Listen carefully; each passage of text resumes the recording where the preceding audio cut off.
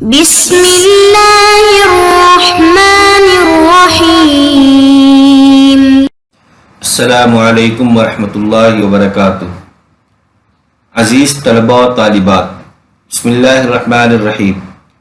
اسلامی علوم میں تحقیق کے اصول و ضوابط کا سبق نمبر 20 آج ہم پڑھ رہے ہیں۔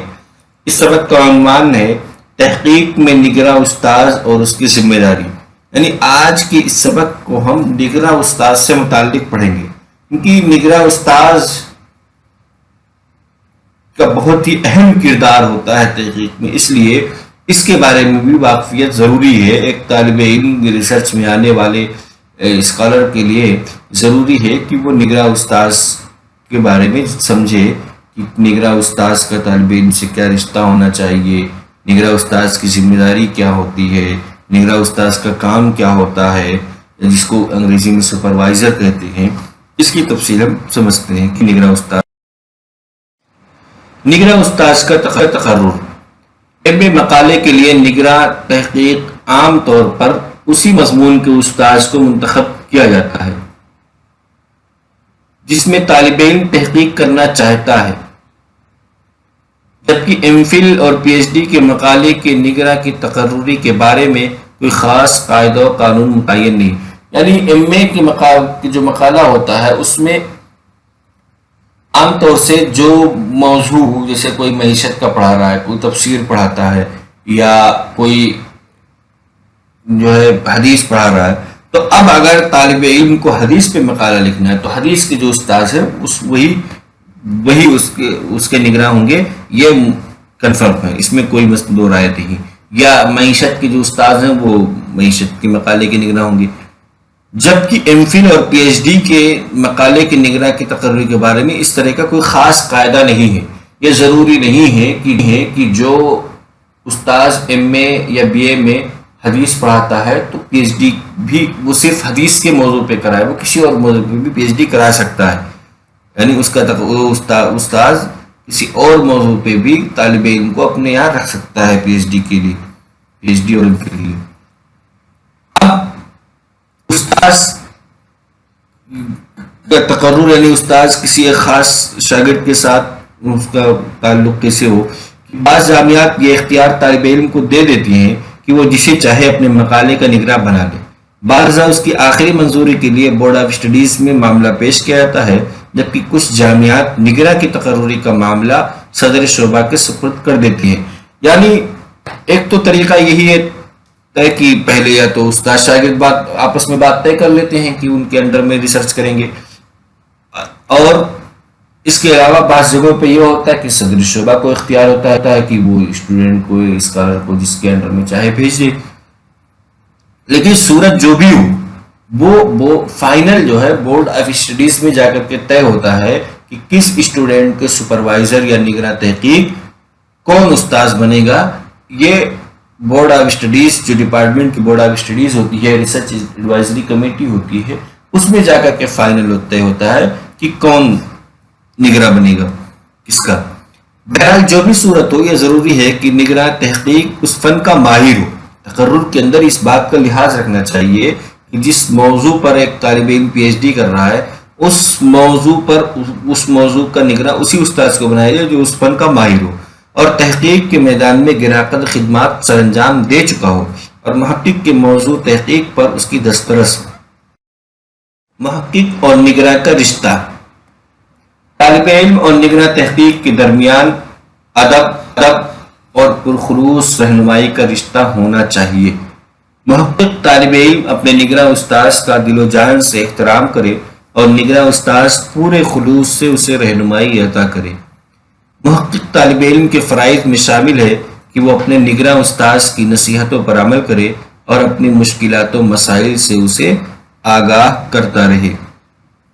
اگرچہ محقق طالب علم اپنے موضوع کے بارے میں اپنے نگراں استاذ سے زیادہ محنت کر رہا ہوتا ہے، لیکن اس حقیقت سے انکار ممکن نہیں کہ نگراں استاذ صحیح تحقیقی منہج، علمی اسلوب اور تحقیقی تجربے میں طالب علم سے کہیں زیادہ بہرہ مند ہوتا ہے۔ اس کا علم انتہائی پختہ ہوتا ہے اور فنی معلومات میں اسے مہارت ہوتی ہے۔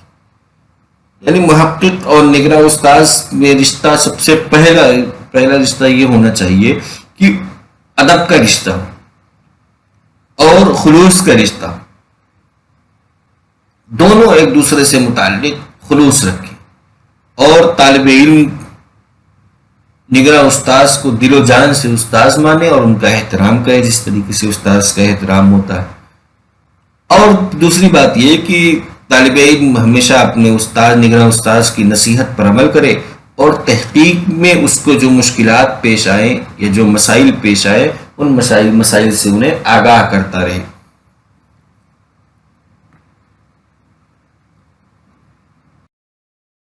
استاذ کے حقوق طالب علم پر، یعنی طالب علم کے ذمے کیا ہے کہ جن کا حق ادا کرنا نگراں استاذ کے لیے ضروری ہے، یعنی طالب علم پر وہ حقوق فرض ہیں۔ محقق کو چاہیے کہ نگراں استاذ کی ہدایات کو غور سے سنے اور اس کی تنقیدی آراء کو خندہ پیشانی سے قبول کرے۔ اگر کسی محقق کو اپنے نگراں کی بعض آراء سے اختلاف ہو تو الجھنے کی بجائے اپنے نقطۂ نظر کو دلائل کے ساتھ بہترین انداز میں اور پورے احترام کے ساتھ اپنے نگراں کے سامنے ثابت کرنے کی کوشش کرے۔ یعنی سب سے پہلی بات یہ کہ محقق اپنے استاذ کی بات کو غور سے سنے۔ اگر استاذ اس کی رائے پہ، محقق کی رائے پہ کوئی تنقید کر رہا ہے تو تنقید بیچ میں خلل نہ ڈالے، بلکہ اس کو بہت ہی پیشنس سے سنے اور قبول کر لے۔ پھر اس سے جب اختلاف کرے اور اپنا نقطۂ نظر دوبارہ بیان کرنے لگے تو بہترین انداز میں اور احترام کے ساتھ، دلائل کے ساتھ اپنی بات کو دوبارہ اپنے استاذ کے سامنے پیش کرے۔ الجھنے کی ضرورت نہیں۔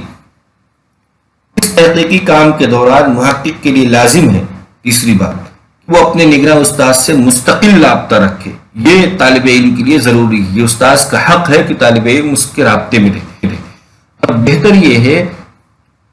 کہ ایک فصل مکمل کرنے کے بعد نگراں کو پیش کرے۔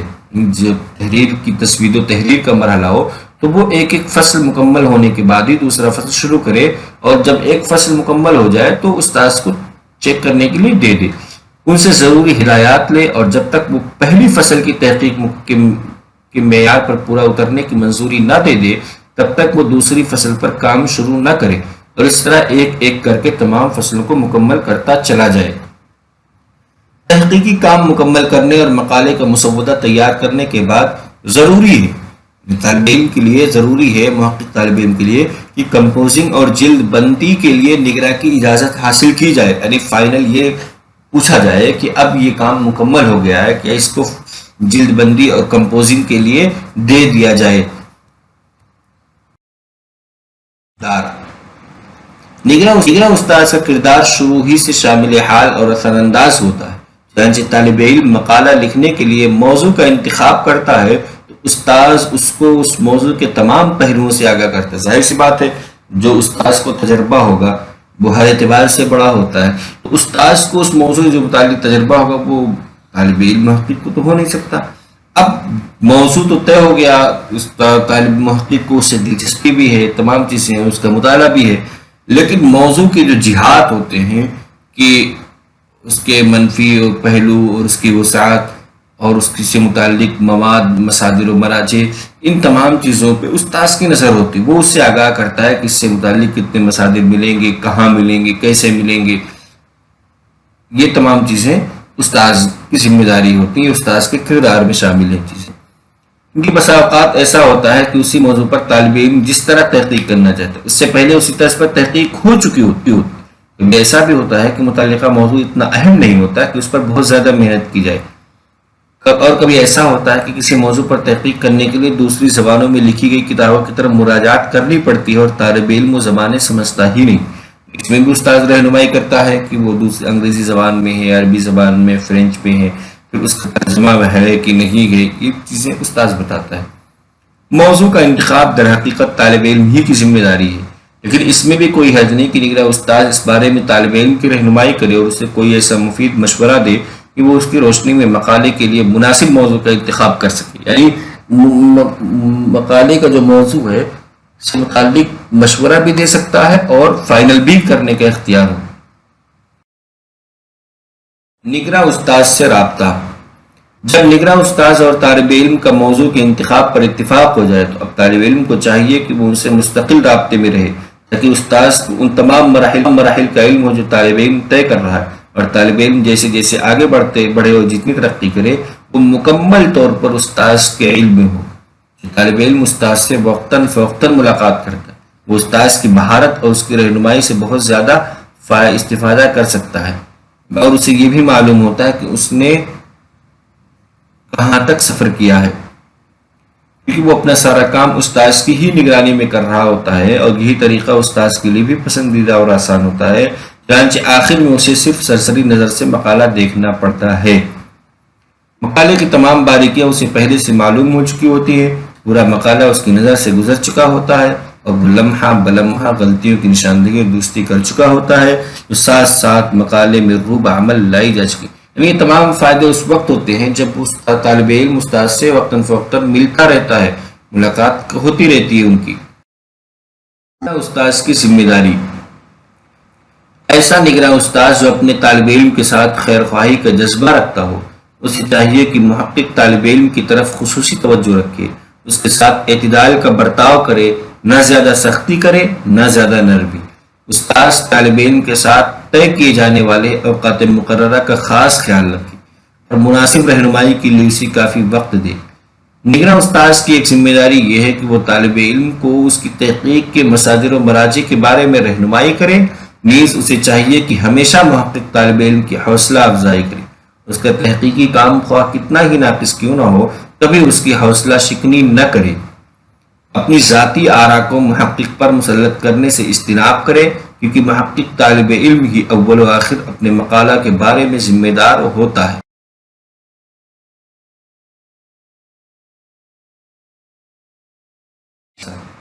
اس سبق کا خلاصہ یہ کہ اس سبق میں ہم نے نگراں استاذ کے بارے میں پڑھتے ہوئے سب سے پہلے یہ پڑھا کہ نگراں استاذ کا تقرر کیسے ہوتا ہے،